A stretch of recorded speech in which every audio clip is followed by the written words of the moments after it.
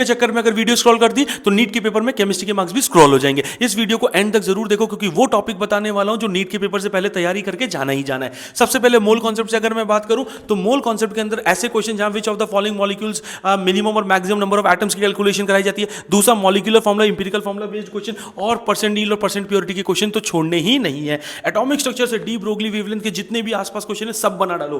Heisenberg principle of uncertainty practice कर डालो।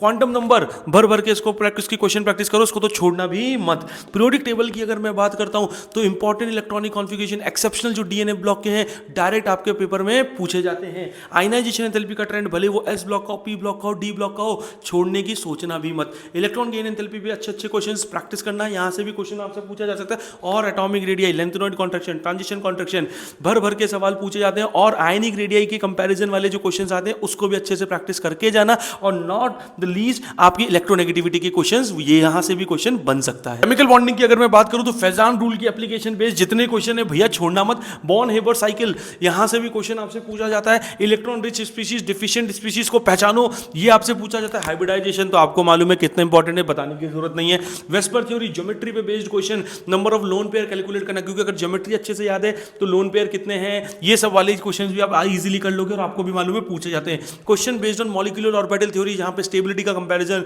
Bond order आपसे कैलकुलेट कराया जाता है। And not the least bond parameters भी देख लेना। अब अगर मैं थर्मोडायनेमिक्स की बात करूं तो जितने भी वर्क पे बेस्ड क्वेश्चन है उसको प्रैक्टिस करो। फर्स्ट लॉ ऑफ थर्मोडायनेमिक्स पे बेस्ड जो क्वेश्चन है Q delta U equals to Q plus W, इसको प्रैक्टिस करो।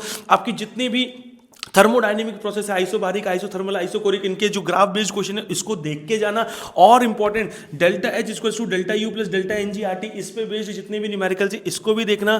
थर्मोकेमिस्ट्री से हीट ऑफ फॉर्मेशन, कंबशन के अच्छे क्वेश्चन देख के जाना। और गिब्स एनर्जी की जो इक्वेशन है delta G equals to delta H minus T delta H, इस पे बेस्ड क्वेश्चन तो आते ही हैं। चैप्टर की अगर मैं बात करूं तो केमिकल इक्विलिब्रियम में बेटा Kp इक्वल्स टू KcRT की पावर डेल्टा जी, इस पे बेस्ड क्वेश्चंस आपको ध्यान रखने हैं। Question based on equilibrium constant की, इक्विलिब्रियम कांस्टेंट पे क्या फर्क पड़ेगा अगर दो रिएक्शन को मल्टीप्लाई करते हैं, रिवर्स करते हैं, ऐड करते हैं, सब्ट्रैक्ट करते हैं, डिवाइड करते हैं। दूसरी बात जो न्यूमेरिकल हमारे बनते हैं जहां में इक्विलिब्रियम कांस्टेंट निकालना रहता है या इक्विलिब्रियम कॉन्सेंट्रेशन की अगर हमें कैलकुलेशन करनी होती है। एंड लास्ट में ली चैटले प्रिंसिपल तो पढ़ के जाना ही है। आयनिक इक्विलिब्रियम की अगर मैं बात करता हूं बेटा, Lewis acid, Lewis base differentiate करो। कॉन्जुगेट एसिड बेस पेयर पे आपके क्वेश्चन आ जाते हैं।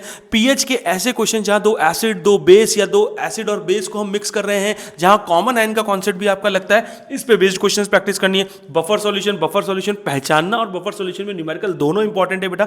सॉल्ट हाइड्रोलिसिस, इसके तो डायरेक्टली जो फॉर्मूले हैं आपके वही आपसे मैच द फॉलोइंग या डायरेक्ट क्वेश्चन के फॉर्म में पूछे जा सकते हैं। और सॉल्युबिलिटी प्रोडक्ट पे न्यूमेरिकल 110% है आना। रिडॉक्स